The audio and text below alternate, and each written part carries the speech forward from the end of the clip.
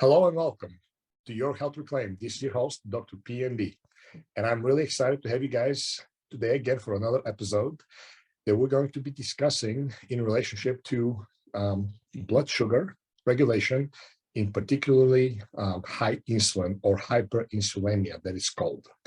So this actually episode is sort of a continuation, or is going to piggyback from what we talked about last episode, which was regarding PCOS, polycystic ovarian syndrome. And one of the biggest driving factors in PCOS, which is seen very, very often, is high insulin or hyperinsulinemia. Okay, so what we're going to talk about today is this. And I want to talk about a little bit of how things are being misdiagnosed,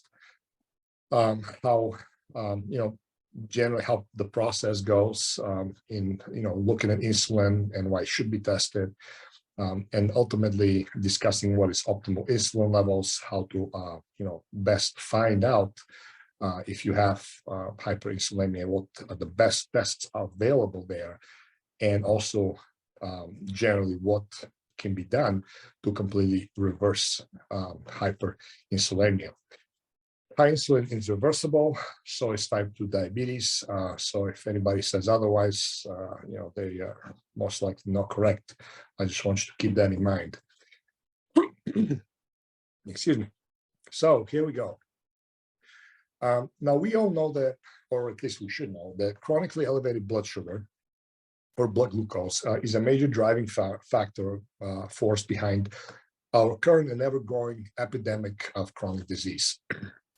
Everyone knows about type 2 diabetes and the ramifications that can have unless it is addressed properly. So things like blindness, limb amputation, kidney failure, neuropathy, nerve damage, cardiovascular disease are among the very common diseases that are seen and are caused by type 2 diabetes that is not addressed properly.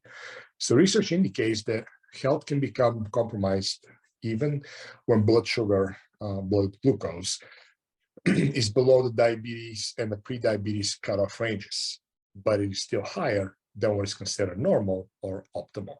So sometimes that's far less appreciated, however, is that it is possible to have perfectly normal blood sugar, yet still be at risk for severe health problems down the line. And a lot of people, unfortunately, are really not aware of that, okay? So when it comes to blood glucose control, glucose alone does not tell the whole story, unfortunately. In fact, it's a very single-minded focus on glucose, and that has really caused what may be an even more important part of the metabolic health to be overlooked, and that is insulin. So most people tend to think of insulin just as the blood sugar hormone, or the hormone that brings down blood sugar. The fact is that insulin has many, many other extremely important roles in the human physiology, almost to the point that just lowering blood sugar is one of the least impressive things that insulin really does. So if you have been, for instance, experiencing symptoms that, your doctor has not been able to explain, regardless of following what you think is a healthy diet and lifestyle, and are suffering, for instance, with things like chronic joint pain, acne, fertility, hypertension, erectile dysfunction for males, migraines, skin tags, and recurring skin tags, and among others. A lot of times, chronically elevated insulin, it is at the root cause of those issues. Okay, and that's something that we're going to talk about again a little bit, how to address that. So let's talk about a little bit of hypo and hyperglycemia. That's basically low and high blood sugar.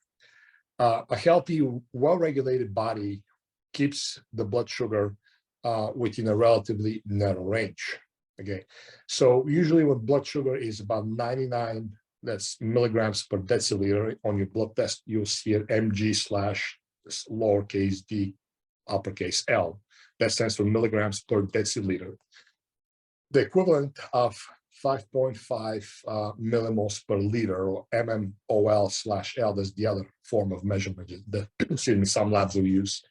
That usually is indication that you have only about 1 teaspoon of glucose in your entire bloodstream. And that is usually the 99 is the cutoff healthy range. In functional health, functional medicine, holistic health, we like to see that number in the 80s to 90s, depending on the person. Everybody's a little bit different.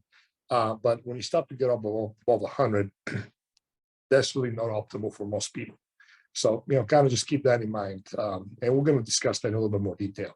So when blood glucose drops too low or drops very quickly from a previously high level, signs and symptoms of hypoglycemia will occur, such as feeling shaky, dizzy, lightheaded, nauseated. Other symptoms can include sweating or having a very, very racing heart. Any severe cases, obviously, can cause seizures or unconsciousness, obviously can result as well. On the other hand, when you have hyperglycemia, that's blood sugar that is very high, it causes damage slowly and silently, and that is the big problematic one. The hypoglycemic is more of a nuisance and unpleasant symptomology, but the hyperglycemic state is really the deadly silent one that causes great damage. So over a long period of time, the damage will occur. That's regardless. And hyperglycemia is very widespread, and the symptoms can be varied, but a lot of complications will take place, and obviously, will result ultimately to type 2 diabetes. And we all know, again, the harmful effects of chronically high blood glucose and blood sugar. By the way, if you hear me use blood sugar and blood glucose, these are synonymous. So just in case. But as you guys know, type 2 diabetes will cause great damage to small, large, and blood vessels, leading to eye damage, which is neuropathy, nerve damage, as I said before, which is called neuropathy, kidney damage, then nephropathy, stroke, cardiovascular disease, poor, slow, or very, very slow, non-existent wound healing, and other complications. So, these are very, very important, very big issues that a lot of people struggle with, and they needlessly struggle with. I can't tell you how many, clients and people I've known over the years that have had amputations that all they had to do is reverse their type 2 diabetes. I have seen and actually known people that all they had to do is take control of their type 2 diabetes and get off of dialysis 3 times a week. I had a good friend of mine. He's a local physician. He's a nephrologist. He owns a clinic, and part of his services they do dialysis. And he has said on numerous occasions anywhere from 75 to 80%, and that's on the low estimate of his patients could get off dialysis permanently if they were reverse, they would lose weight and reverse their, type 2 diabetes. But it is really, it's a phenomenon that how many people are unwilling to do that, and yet they would rather struggle and get degenerated, debilitated, and eventually, drive themselves to an early grave, as opposed to just really getting control of their lifestyle and their dietary habits. So anyway, moving on. So one of the things that I want to continue on is talking about the flawed diagnosis of type 2 diabetes. There's a major flaw with how type 2 diabetes is traditionally diagnosed. When doctors suspect a patient has type 2 diabetes, blood glucose or your blood sugar typically is the only one that they think that is measured. Sometimes they'll do a hemoglobin A1C, and rarely they'll go all the way and do an oral glucose tolerance test known as OGTT. So all these are measures solely of the blood glucose, the blood sugar. Okay. The HbA1c is generally taken to represent a 3 to 4 month average of the blood glucose levels. However, there has been definitely controversy regarding that, and it's been debated on how accurate this actually is. The oral glucose tolerance test involves taking a measurement of blood sugar fasting, then drinking a liquid containing anywhere from 75 to 100 grams of pure glucose, depending on the body weight, and measuring the blood glucose again at intervals afterwards. So usually typically is 30 minutes after, 60 minutes, and then 120 minutes after the ingestion of the blood, of the glucose drink. And they, look at how fast the body will bring the blood sugar down. So, and there's a key reason why these tests honestly are problematic. For many people, the test will show normal blood glucose measurements. Again, it didn't say for everybody, but for many folks will show that the blood glucose measurement is actually normal. But the problem with that is they're only normal because glucose is being kept in check by sky-high insulin. Okay, so a large body of research has been shown that chronically high insulin is the culprit in many serious chronic health problems, even when glucose or blood sugar is normal. See, this is what I'm going to try to drill into there with you guys the best that I can, is that you can have normal blood sugar. Your fasting blood glucose on your blood work or CBC, CMP can be normal. Your A1C hemoglobin can be normal. And even if in the rare cases a doctor does prescribe OGTT, the oral glucose tolerance test, that too can be normal. Yet you still have a lot of metabolic conditions and your health is not well enough, which we're going to get into that. So that is something that I'm going to really try to really drill today, the best that I can. So let's talk about a little bit about the Kraft test. There was a physician, he recently passed away a few years ago in 98, a brilliant physician. His name was Dr. Joseph Kraft. He was a medical doctor. He actually coined the terms diabetes in situ or occult diabetes to describe the situation. Ultimately, occult means hidden diabetes. So that is defined as, defined as high glucose, but it's hidden by the high insulin. Okay, so you have high blood sugar, but it's being taken down fast because of your chronic high insulin levels. So for many people, fasting glucose and A1C are the last really things to rise, and for them to officially get diagnosed with diabetes. Unfortunately, they're late indicators of your metabolic dysfunction, becoming elevated only after one of the two things really that happen. And the two things that happen are the pancreas can no longer pump the extraordinary amounts of insulin required to keep blood glucose within a safe range, and that is called sometimes they're referred to beta cell burnout.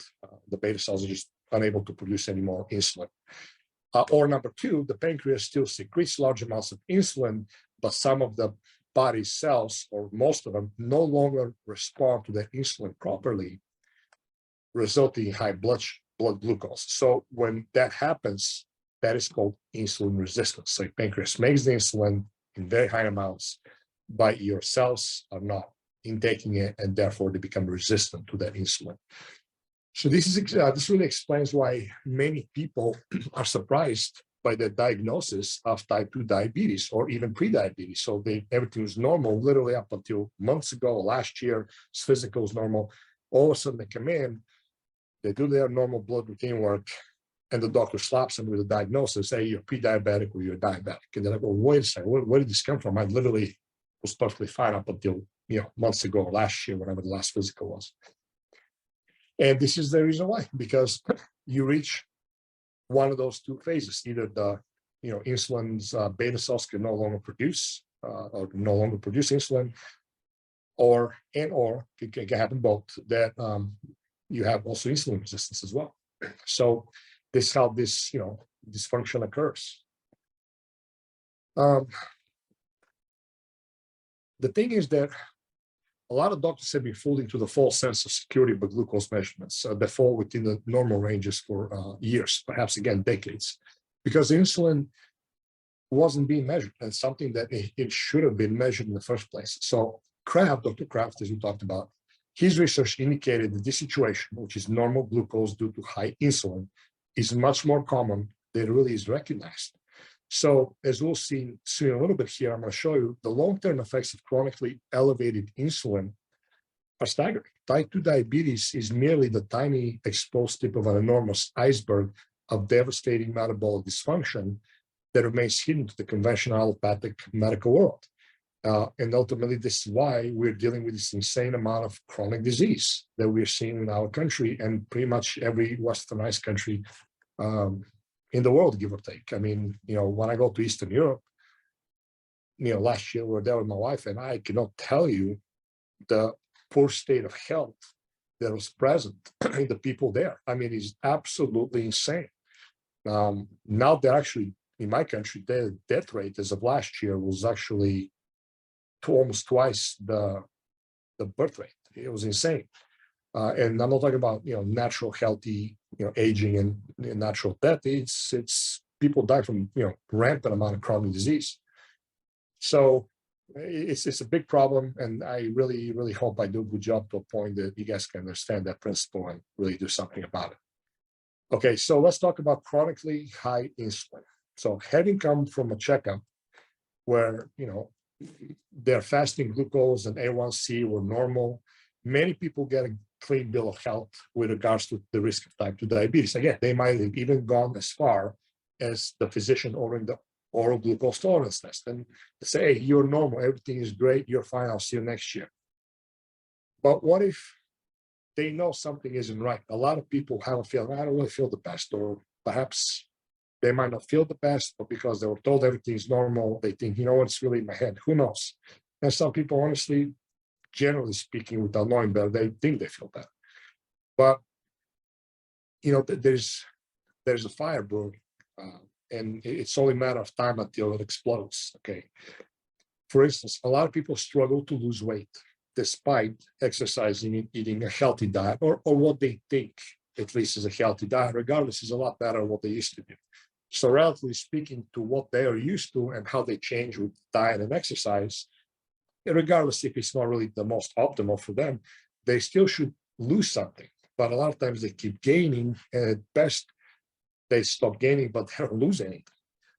So they wonder, why is that? A lot of people have skin tags that they might have them removed from the dermatologist for the skin tag just to literally come back, or for another one to take place somewhere else, and they never stop. Like a lot of women experience infertility or amenorrhea, due to polycystic ovarian syndrome, the PCOS that we spoke about on last episodes. That we covered, very terribly. So, a lot of men deal with erectile dysfunction, enlarged prostate glands, high blood pressure is rampant, and again, a lot of those people are thinking they're doing well, regardless of diet, exercise, avoiding sodium, still a problem. High triglycerides, again, a lot of those people, they embrace the dogma of following a low-fat diet religiously and exercising and, eating, somewhat healthy, especially with a low-fat diet, they still have high triglycerides. And in reality, all these are signs and symptoms of chronically elevated insulin, okay? Independent of blood glucose levels. High insulin is called hyperinsulinemia, okay? There was a physician named Gerald Raven, MD. He was one of the first physicians to actually recognize the severely seemingly unrelated issues clustered together in patients. And he hypothesized that seemingly that's because those clustered issues together, they likely had the same underlying cause. And the issues often found together were abdominal obesity, high triglycerides, elevated blood sugar, low HDL, the good cholesterol, elevated blood pressure, and also elevated fasting blood glucose. Say, not knowing what the underlying cause was, Dr. Raven coined the term syndrome X, which some of you guys might have heard that. But over time, research really has revealed the underlying factors to be, honestly, elevated insulin, and the name changed from syndrome X to what's called now metabolic syndrome. A lot of people are familiar with the fact they have a metabolic syndrome. So it could just, honestly, be easily called just insulin syndrome, or insulin resistance syndrome, who knows? But some doctors, I don't know, quite rightly call it, insulin resistance syndrome. And I'm really glad they do, because ultimately that's what it is. So it's a sad state of affair, because it has become so prevalent that is ridiculous. And that is something that really should be tested, but it's not. I was really surprised a few years ago when we went to get our life insurance, and they did a very, very thorough background check on medical records, and they did an extremely comprehensive blood panel. And to my surprise, pleasant surprise, I was really glad to see that they looked at fasting insulin, fasting fructosamine, and uric acid. And those last two I'll go into another episode or podcast regarding, but these are very important markers to be able to really see how healthy somebody is. And what is interesting is the life insurance company required that. So how come then your regular physician doesn't do it? Good question. We don't know. But the fact is that the life insurance company did it. That means they know that they can start seeing potential for disease way before it really propagates into a symptomology. So anyway, I thought that was really, really, really interesting. So anyway, but unlike metabolic syndrome, which is a nebulous and unclear term to most, people, calling it insulin-resistance syndrome, I think that hammers home loud and clear that the main problem is insulin. In order to trigger diagnosis of metabolic syndrome, a person has to show at least 3 of the 5 criteria. And those criteria are waist circumference, which is greater than 35 for women and 40 inches for men. Triglycerides, which is greater than 150 milligrams per deciliter. HDL levels that are lower than 50 for women and lower than 40 for men. Blood pressure that is higher or equal than 130 over 85. And last, fasting glucose that is above 100. And that is great. But however, the astute observer will notice that something is missing, something very important. And the official diagnosis criteria for metabolic syndrome, aka insulin resistance syndrome, does not include elevated insulin level in that criteria that they use all the time. In other words, the underlying factor driving the condition is not even taken into consideration, is not even tested for. Anyway, let's go into signs and symptoms of chronic hyperinsulinemia, insulinemia. Keep in mind that with regard to metabolic syndrome, it is not necessary to have all 5 issues above to be diagnosed. A lot of times, having 3 or more or using medication to control them is sufficient to prompt diagnosis based on standard medical standards. However, if you have just 1 or 2, it's still worth assessing whether you have a chronically high insulin. Regardless how you feel and how you are, even if you're in your youth and you're perfectly healthy, I'll begin to measure those insulin levels now when you're healthy, so you know what optimal levels are for you. And from there, as you age, run those tests every year so you can start seeing changes. Because if your diet and your lifestyle are not optimal, you will eventually start to see those shifts down the line as the years go by. Blood sugar creeping up a little bit, definitely insulin beginning to change, which will be the first thing that begins to change. So it's always good to test when you're early, healthy, optimal, and then keep testing as you age and you progress to life. That way, you know if something's going on. Look at like your engine's yellow light. The light comes on, yellow is really not a big deal. Hey, when you just go ahead and check the engine, everything's fine for now, but potentially something's going to happen.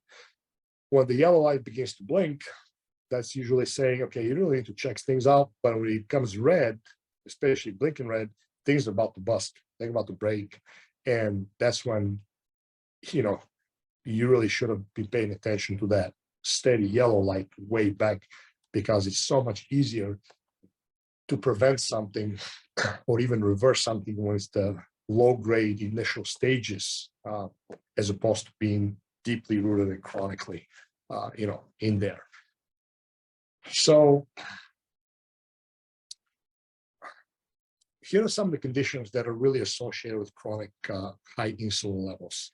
And again, even when glucose levels are normal, and remember, this is only a handful of them, it's not everything, but hypertension, obviously, obesity, cardiovascular disease, PCOS, as we spoke in the previous episode, gout, erectile dysfunction, benign prostate hypertrophy, hyperplasia, skin tags, migraines are huge, vertigo, tinnitus, Meniere's disease, Alzheimer's and dementia.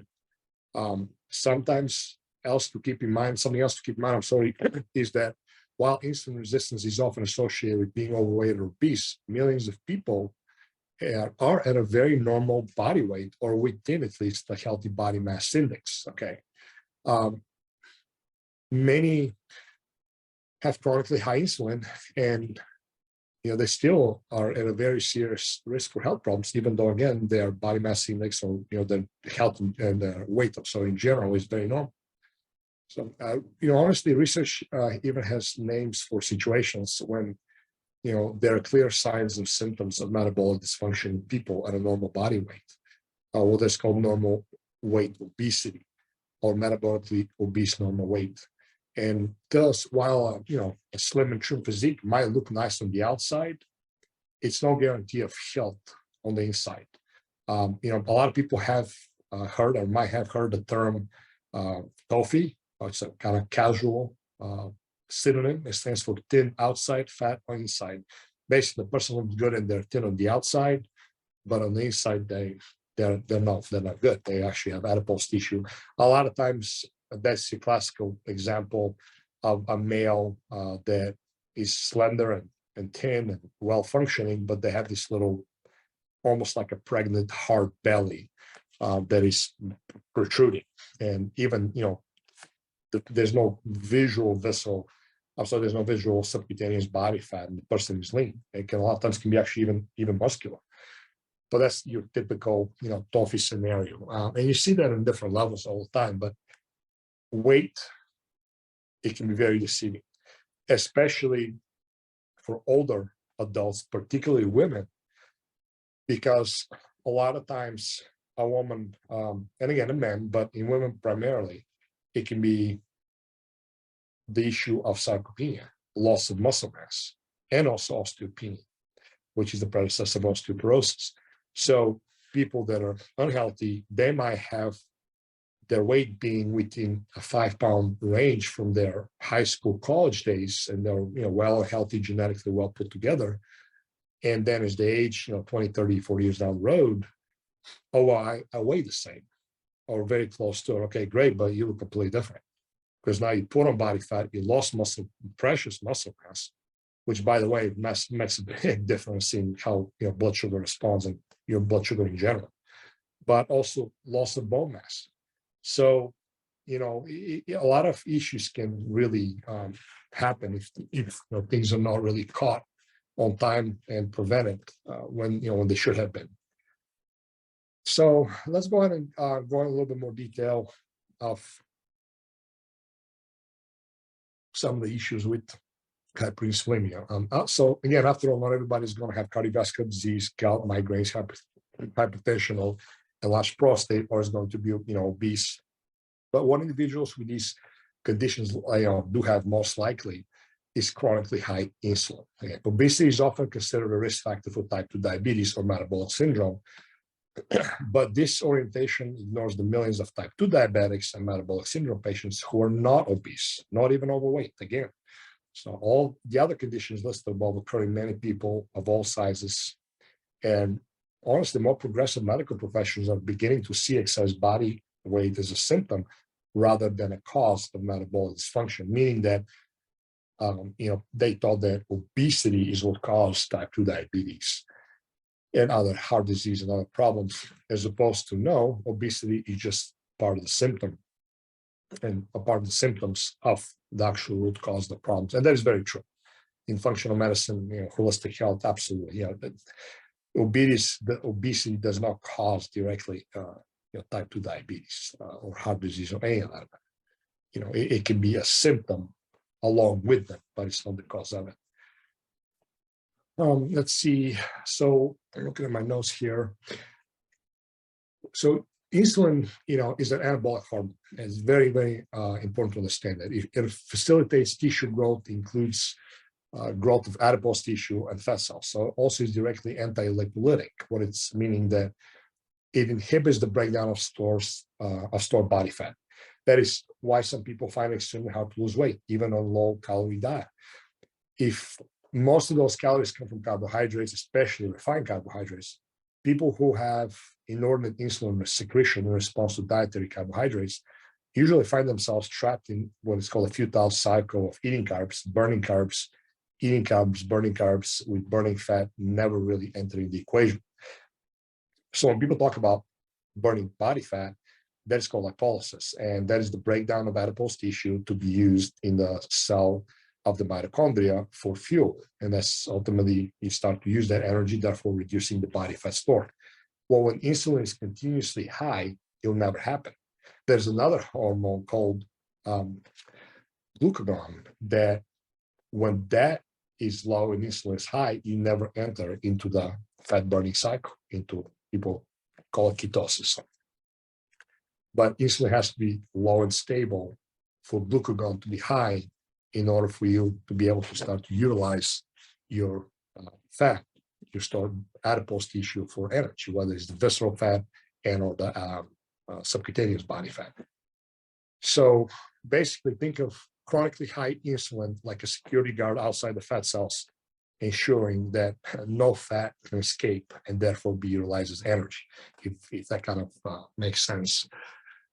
So let's talk about why is hyperinsulinemia overlooked? Well, really, the simple answer to this question is that unlike fasting blood glucose, fasting insulin is not a routine part of a standard blood work. It should be, but it's not. It is definitely a more complex and expensive assay, but considering the frequency with which more complex, far more complex and costly tests and procedures are performed on a routine basis, it's really unlikely that expense honestly is the issue. The most likely explanation for why annual checkups and routine blood tests do not include insulin is that most doctors honestly simply are not aware of the wide-ranging and powerful effects of insulin. Now, Dr. Kraft, for many years, has preached that. Remember, he passed away a few years ago at the age of 98. To my knowledge, and you guys can look it up, he's been preaching the Kraft test and testing for insulin for decades. And again, you can't say he was a chiropractor or a natural doctor or somebody else who really has any weight. I mean, he was a licensed medical U.S. physician with very prominent in that, very successful at that, but nobody wanted to listen because there's no money in prevention. That's the key. There is unfortunately no money and interest in prevention. Money is in prescribing medications and doing procedures, and just that's the way it is. It's just the name of the game. But that is the unfortunate fact. And even today, insulin is considered little more than a blood sugar hormone, despite decades literally of research showing the undeniable influence of insulin on things like kidney function, cardiovascular system, reproductive function, fuel metabolism, and many, many more physiological actions. And virtually there's not a single tissue or an organ in the body that's not get affected by insulin.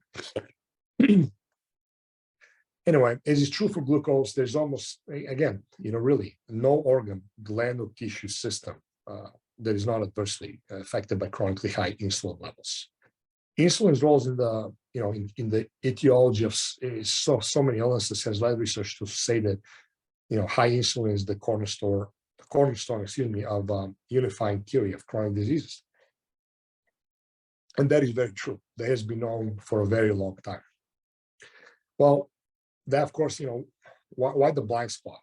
Well, it's not a meaningless oversight that insulin testing isn't part of routine blood work. Rather, it's a gaping hole, blind spot in, honestly, doctors' ability to identify people at risk for major health complications long before these things develop. In the case of type 2 diabetes, insulin might be elevated for decades before glucose budges into territory diagnostic for diabetes. It might not. The same may be true for Alzheimer's and dementia. How regularly referred, at least that I know, the last 5 or 6 years, to my knowledge, Dr. Perlmutter, he's one of the first ones to officially identify or begin to call Alzheimer's disease type 3 diabetes, or what they call brain insulin resistance. So if health providers tested insulin more routinely, these conditions could be dealt with when there's only some smoke, rather than waiting until they're having a raging, blazing, out of control fire. But I said it before, there's no money in prevention. So several conditions I want to talk about is often considered idiopathic, meaning there's, no one knows what causes them. And those can be directly tied to chronic high insulin levels. One of these is, the essential hypertension, high blood sugar. Insulin inhibits renal sodium excretion. And as the kidneys retain more sodium, more water is retained as well, increasing the blood volume and raising blood pressure ultimately. So high insulin also impairs healthy blood vessel function, making the vessels less pliant and accommodating, which also contributes to higher blood pressure. Insulin has the effects on the sympathetic nervous system, that may raise blood pressure. Most people's salt consumption has little to no effect on blood pressure. If that was the case, when everybody stops eating sodium, blood pressure will be affected, and that's really not the case for most of the time. Another condition that fits that description is, a wrongly demonized dietary factor in gout. For instance, animal protein, especially in general, red meat, in particular red meat, is typically blamed for gout, with alcohol and especially beer, kind of like the second, closest second, right? Gout occurs when a compound called uric acid builds up in the body and precipitates into crystals that lodge into the joints. The big toe is the most commonly affected area, but gout attacks can affect obviously other joints. But uric acid comes from the breakdown of purines, which are concentrated in animal proteins, but also found in many, many healthy plant foods. So uric acid isn't a problem in a healthy body that excretes it properly. It's only problematic when it accumulates and solidifies. And the primary driver of that is actually insulin resistance. When I, help, clients with, type 2 diabetes, which they obviously, have issues and have had insulin resistance, but have had chronically high insulin, and they have gout, which is very common. Once you address the lifestyle and the diet, and you lower and stabilize the blood sugar, optimize the pancreas gets a break, and little by little begins to rejuvenate the beta cells, and they begin to produce insulin by themselves normally. And the person continues on a healthy lifestyle and a proper dietary intervention protocol. Gout disappears with it, along with blood pressure and diabetes, and they have heart disease and heart issues, cardiovascular disease. I'm sorry, that all goes away. But again, it's action is required, and a lot of people, unfortunately, are really not willing to, go that route. So again, in gout, it's really mind-boggling. But the answer is not reducing purine sources, which again means cutting back on some of the most nutrient-dense foods available. But the answer is to reduce, lower, and stabilize insulin levels. Simply stated, health provides, fail to identify, chronic high insulin levels, the primary driving factor in many chronic non-communicable diseases, because insulin testing isn't performed anywhere near as often as really should be. So a great deal of morbidity and early mortality could be prevented if people are made aware that their seemingly inexplainable issues actually have a very clear explanation, and it's something fairly easy to correct, okay? Anyway, enough of that. Let's go to talk about a little bit measuring insulin. So the easiest way to assess insulin status is with a fasting insulin test. Okay, it's not expensive, really. You can do it yourself. You can request one from your doctor, or you can go to any of the labs, walk into like any test lab now. They'll do it for you. But if your physician is uncooperative, you can always order a fasting insulin test, from different places. Contact us. I'll prescribe an insulin test for you. I'll prescribe you the full protocol. It's really not that expensive. So be able to, get it done and know what you're dealing with. So reference ranges, they can vary among different laboratories to a point. One of the standards that is usually used is the Mayo Clinics, and their reference value for fasting insulin is 2.6 to 24.9 micro international units, so it's called micro IUs per microliter. Okay. However, most doctors that are well informed and that progressive medicine, integrated medicine, holistic medicine, and regard metabolic syndrome and insulin resistance as the issue, they prefer to see fasting insulin below 10, and some would actually go below even 5. Okay, so if your fasting insulin is double digits and you're experiencing especially any of the symptoms that I mentioned earlier, it's way too high, and you definitely have a problem. Another helpful measurement of insulin sensitivity is the HOMAR test, which is called HOMA-IR, and that stands for Homeostatic Model Assessment of Insulin Resistance. It's a very helpful tool because it takes into account both glucose and insulin. It'll tell you how much insulin your body has to produce in order to keep your glucose at a healthy certain level. So that is how hard your pancreas has to work to maintain homeostasis. A glucose level that's neither too high nor too low, obviously, is optimal. So here's a simple formula I want to give you guys on how to calculate your HOMAR. All you have to do is go to your doctor, get a fasting glucose and fasting insulin test at the same time. And then you're going to use those two numbers that you get to be able to plug it into the formula and measure your HOMAR. So if your testing measures insulin and glucose in the milligrams per deciliter, which LabCorp and Quest, they both do, then the HOMAR equation is very simple. You're going to take the glucose, you're going to multiply it by the insulin number, whatever that is. You're going to take that product and you're going to divide it by 405. Whatever you get, that number there is your HOMAR number. Okay? If your lab that you're using uses micromoles per liter, or is mmol-L, then you're going to do the same thing. You're going to take the glucose number times the insulin number and divide that by 22.5. That's going to give you the same thing. So as with fasting insulin, reference ranges and opinions on what is absolutely optimal somewhat vary, though to a very small degree. But physicians who use, reduced carbohydrate diet and specialize in treating metabolic syndrome, and not just medicating it, they'll gauge insulin sensitivity with the following parameters for HOMAR. Excellent insulin sensitivity is when the HOMAR equation that I just gave you is less than or equal than 1. Average insulin sensitivity is about up to 1.75. And if your equation number is 2.75 or greater, then you have insulin resistance. And the insulin resistance, it's your predecessor. It's going to lead to ultimately to type 2 diabetes without fail. So there are many reasons why fasting glucose might be slightly higher than expected, and because it's not necessarily, indicative of a problem. There are many ways. You might be stressed out. You might actually be nervous when drawing blood. I hate giving blood. I hate anybody messing with my veins. I had to look away, so I always get stressed. My glucose number is always going to be about 102, 105. So is my cortisol is going to be slightly elevated.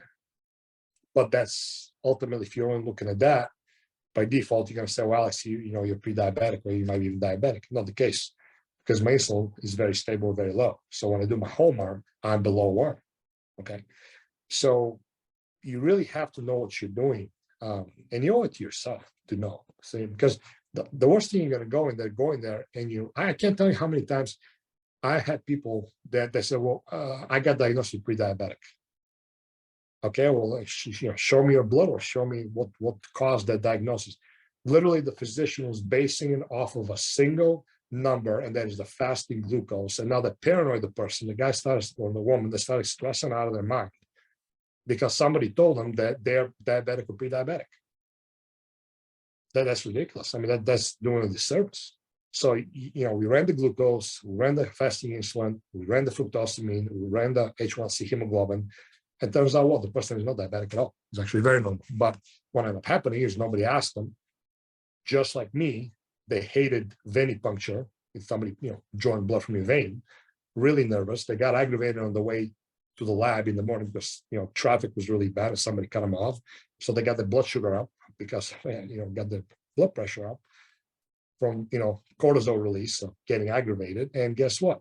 It's a perfect recipe. So when they draw blood, even though they're fasting, the liver starts to make glucose, which is a survival strategy, a response from the normal, healthy human physiology, and end up what? Their blood glucose shot up, and they mistakenly got diagnosed they're pre-diabetic. Doesn't make it. I had some people come and say, I was just diagnosed diabetic.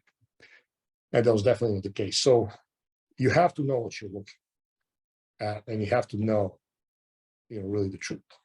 And this is the key to that. Let me give you an example of two patients. So based on the formula that we talked about, fasting glucose times fasting insulin divided by 405. Okay, you have patient A, and their fasting glucose is higher than patient B. Okay, but patient A's insulin is much lower. Okay, so now taking both glucose and insulin into account, patient A Homer score shows that even with a lower fasting glucose, patient B is a great risk of metabolic complications down the road, because patient B body has to work harder, and that person requires much more insulin to maintain a healthy blood glucose level. If patient B doctor persists in testing only glucose and not insulin, that patient will remain dangerously unaware of serious potential metabolic trouble down the road. So this is why you have to test. So even though patient A's glucose was higher, because patient A's insulin was so much lower, the Homer insulin sensitivity score of patient A is a healthy range, and patient B was, not in the healthy range. But the physician didn't see that, and that happens all the time. I don't have any charts to show you guys. Unfortunately, I'm really not astute here on fancy videos, but I hope you understand what I'm getting to. All right. So let's talk about a little bit about the Kraft test. If your fasting insulin is in the high double digits, it is a sure guaranteed sign that something is wrong.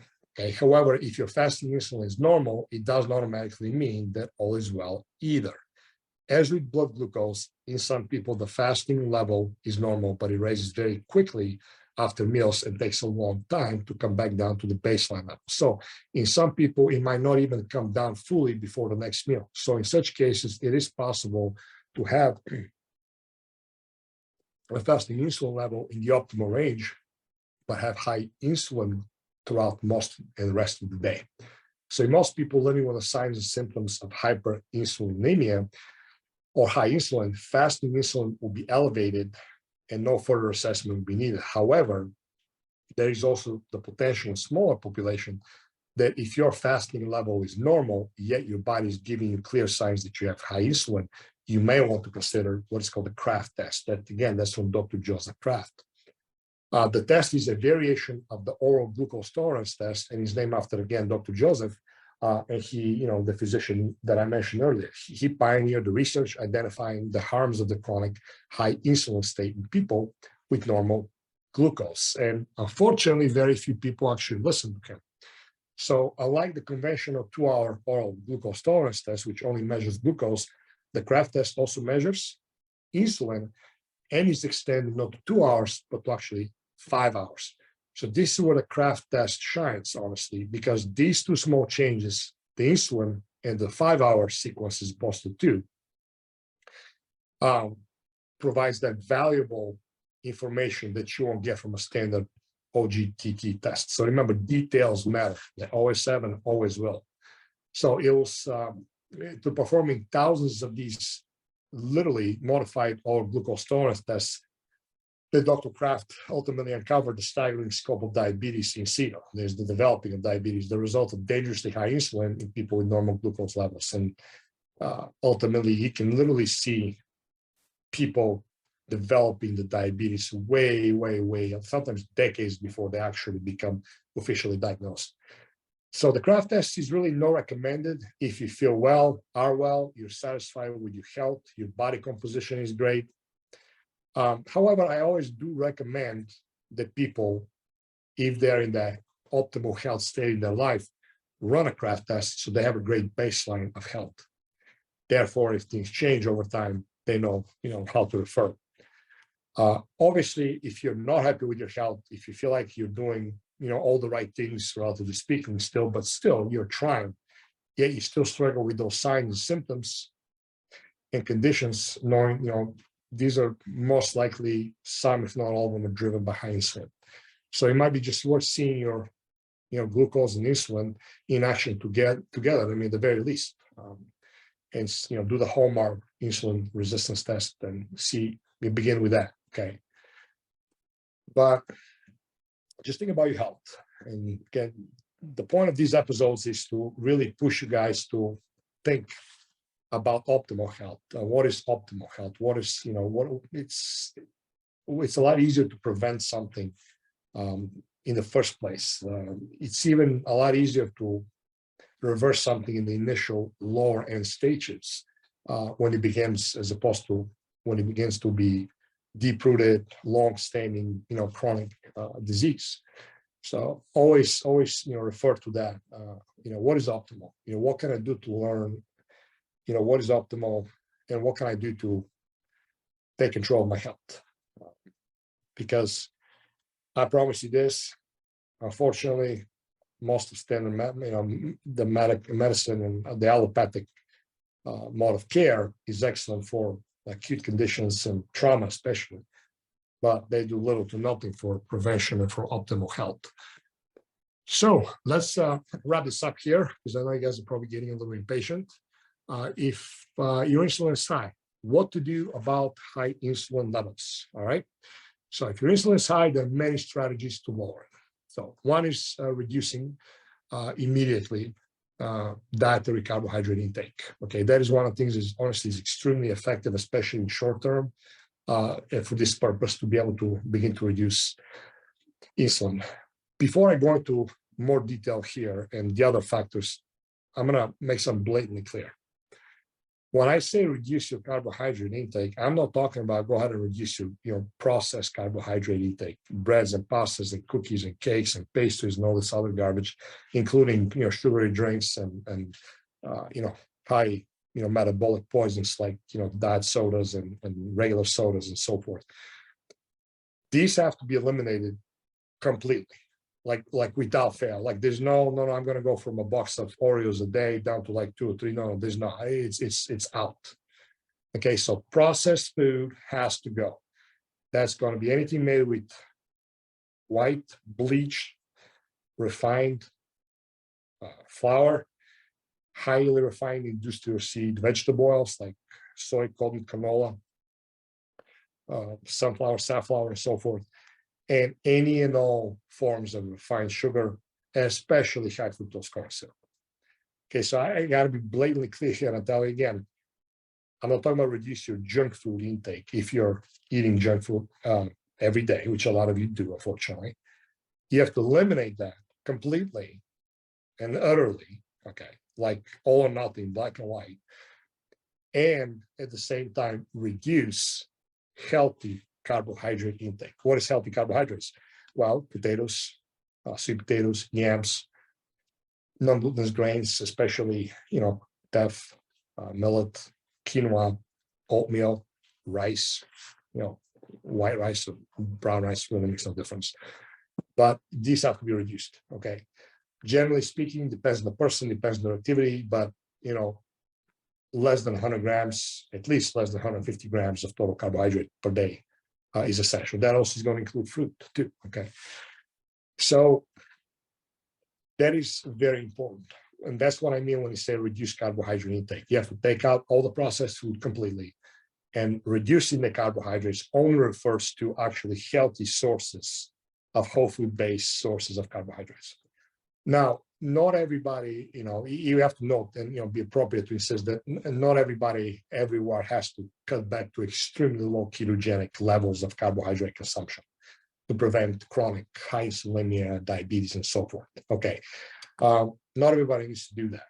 It really depends on the person's situation. There's many factors that are there, and they're going to determine. Some people don't. Some people have a very well balanced carbohydrate intake. Again, processed food is eliminated completely, but there are people that do 300 grams a day of carbohydrates, especially they have a large muscle mass, they're very active, generally they're healthy, have other good, high quality balanced macronutrients like the proteins and the fats in the diet. They don't really need to go that high. That really depends on the person. I cannot give a concrete answer here because I can't guess. You have to test. Okay, you have to see where you're at. There's other factors that play a role in that, but not everybody needs to go to these extreme levels. Okay. Now, usually, generally speaking, once someone is already down the disease path and is dealing with heavy conditions that are stemming from high insulin, he or she would likely definitely benefit from an intervention more drastic than the strategy. Just a person who is going down that route. The person who has already been and has been that route for a long time is suffering, has drastic symptomology. The numbers are showing on those tests are very bad. Yeah, that'll definitely benefit at least short term of drastic carbohydrate reduction. A healthy person, on the other hand, who might have the slightly off, then maybe on the borderline, they would not have to have that kind of drastic intervention. Always keep something in mind, and that is a law here. That's what is required to reverse a full-blown illness isn't necessarily required to prevent it from happening in the first place. Back to the point, it's a lot easier to prevent usually something from happening than actually it is to treat it. So the more complex the chronic disease, the longer the standing it is, the more deep-rooted it is, especially if it's 2 or more, it requires more time, more energy, more effort, and more drastic measures to reverse it. Okay, keep that in mind. Also, again, with the increased popularity of ketogenic diets in general, carbs are getting a bad reputation. And that is not something I can talk here because it would be a whole nother podcast. But eliminating carbohydrates indefinitely for most people is not a good idea. Okay. There's a lot of reasons for that, but gentle, high quality, whole food based, healthy carbohydrates have a phenomenal effect on the physiology of the body, numerous reasons. So just always keep that in mind, okay?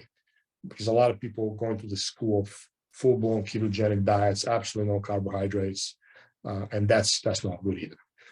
Another thing, if you have high insulin levels, chronically elevated insulin levels of that, you want to cut down your fruit intake. Healthy fruit, especially organic fruit, is obviously very healthy, but still, even though fructose does not require the same insulin response per gram ingested as regular or let alone refined sugar does of insulin secretion, is problematic and can be problematic if overconsumed. So once you stabilize the low insulin, you address the high insulin levels, then you can go back of having the fruit that you usually like, but just keep that in mind for that. Also, a lot of it's a fact a lot of people know this, and again, carbohydrates. There's no doubt. Obviously, refined carbohydrates from junk food, processed foods, they have the worst effect on glucose and insulin. The worst, hands down. Yeah, if you actually do the research and see what the requirement is, say for the gram equivalent of ingestion of high fructose corn syrup for the body to produce insulin to bring down the blood sugar down to normal levels, is as opposed to the ingestion of coconut sugar or unrefined thing like date syrup or something, or honey. It is a big difference. So if you ingest, say, 5 grams of high fructose corn syrup and 5 grams of local raw honey, even though the sugars are the same, the molecular structure of the high fructose corn syrup is not natural to the human body. And it does tremendous amount of damage. One of those seen because the insulin required to bring the blood sugar down to normal levels of that 5 grams of high fructose corn syrup is enormously higher than the equivalent of the honey. So carbohydrates in general, they arguably have the largest effect on insulin levels. Of course, it's not the only factor, obviously, but carbohydrates, have to be lowered again, and that only pertains to, as I said before, healthy carbohydrates and not, processed food. Exercise, vigorous exercise, high intensity exercise, and physical activity in general tremendously improves insulin sensitivity. One of the fastest ways to lower blood sugar is to be, involved in a high intensity exercise. to some degree on daily basis. It's amazing what it does. Okay, it's very healthy. Sleep. Sleep is very important. Sleep deprivation is now recognized as a risk factor for metabolic syndrome and type 2 diabetes without fail on many different levels, owing to reduced insulin sensitivity and changes to levels of hormones that regulate appetite, energy expenditure, and so forth. So that's very important. Make sure that you sleep. Okay, it's the quality and the quantity of sleep. Another thing is eating regular meals. Having a regular eating schedule. It can be breakfast, lunch, and dinner.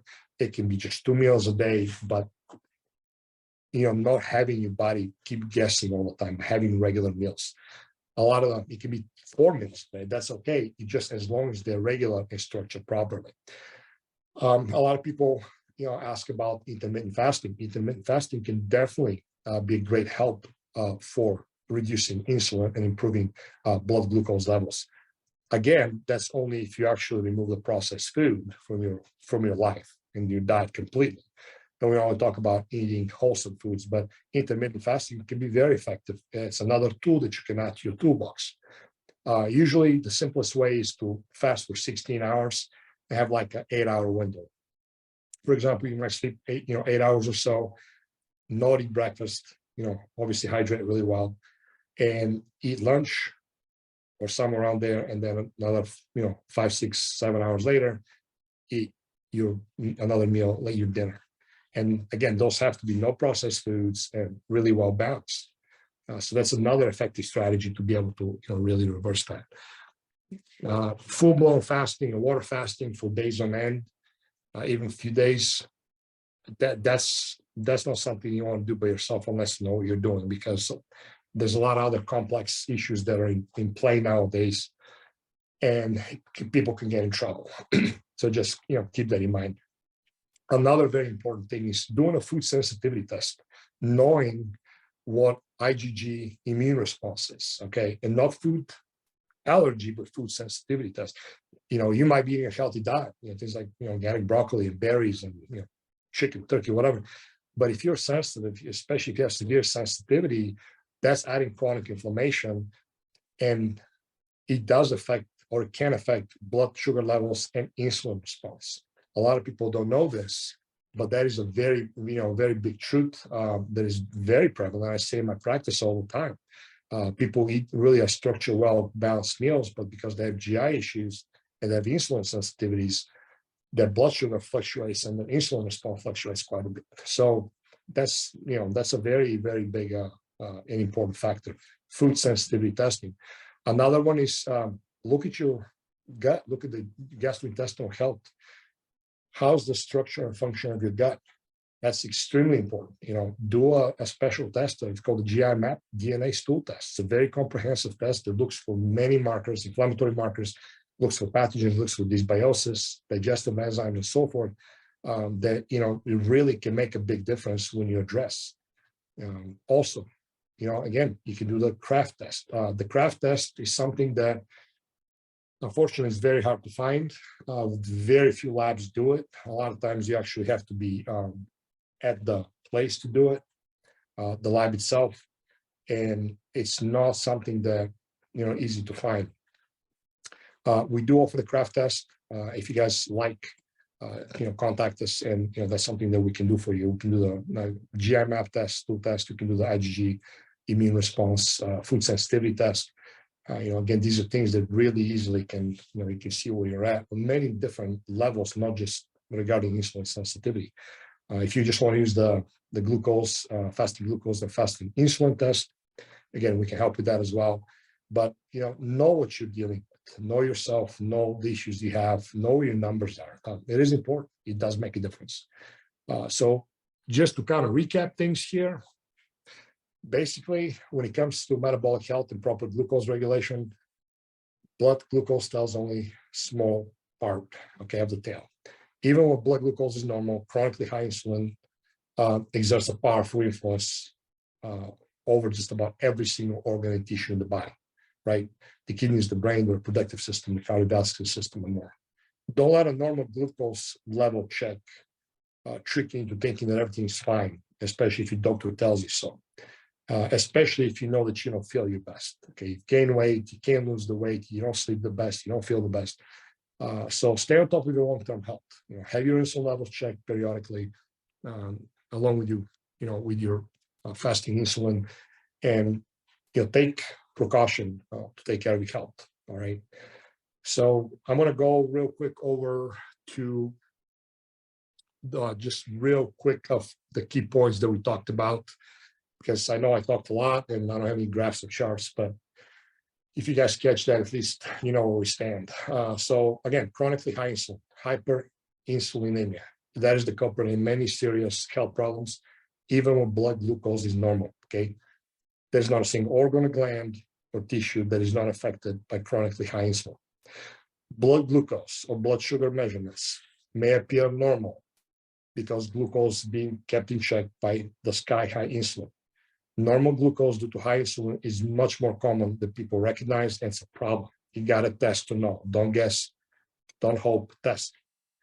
Okay, insulin resistance is often associated with being overweight or obesity, but millions of people are at normal weight or even underweight and have chronically high insulin and are at risk for serious health problems. Insulin testing isn't part of routine blood work. It should be, but it's not, reflecting a blind spot in the ability to identify people at risk with major health complications long before they develop. Okay, when insulin testing levels, it's possible to have fasting insulin levels in optimal ranges. Remember that, but have insulin throughout most of the or rest of the day that is high. So if the fasting level is normal, but the body is giving clear signs of high insulin, then at that point, strongly suggest do the Kraft test. Not everybody needs to be, remember, to address high insulinemia on very low, strict, full-blown ketogenic diets. Okay, they don't. But if somebody already has one or both feet in the door of the metabolic syndrome and they're struggling, it can be a short-term, at least a very high effective strategy to go by.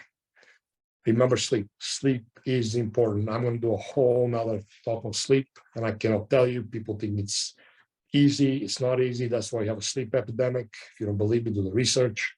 But sleep deprivation is recognized as a risk factor for metabolic syndrome, among many other things, such as cancer. And owing to reduced insulin sensitivity and changes to the levels of hormones that regulate appetite and energy expenditure. Don't sleep and see how much more hungry and craving will be. Try and you'll see. Intermittent fasting allows insulin levels to normalize and can give the body more time in lower insulin state, which is a great tool to add on to a healthy lifestyle and diet. You're not going to intermittent fast and eat your processed food and then get your insulin check and normal. That's never going to happen. Okay, so a lot of people think intermittent fasting, I'm on my way to health. You're not. That's just a tool. Okay, in addition to the baseline, and the baseline is what? Healthy lifestyle habits, and above all, sound nutritional intervention. Lastly, don't guess. Get tested so you know. Be in the know. Do a Kraft test. Do a IgG Food Explorer sensitivity test. See how your gut functions. Do a GI map DNA stool test. See what you got going on. Okay. If you guys have any questions or you need anything more, go to my website, DrPND.com. It's DrPND.com. And at the top of our website, you'll find all of our lab testing, and reach out to us if you have any questions to reclaim your health. Again, thank you for listening again. And I'm your host, Dr. PND. And I hope you guys have a wonderful and healthy week. See you next time.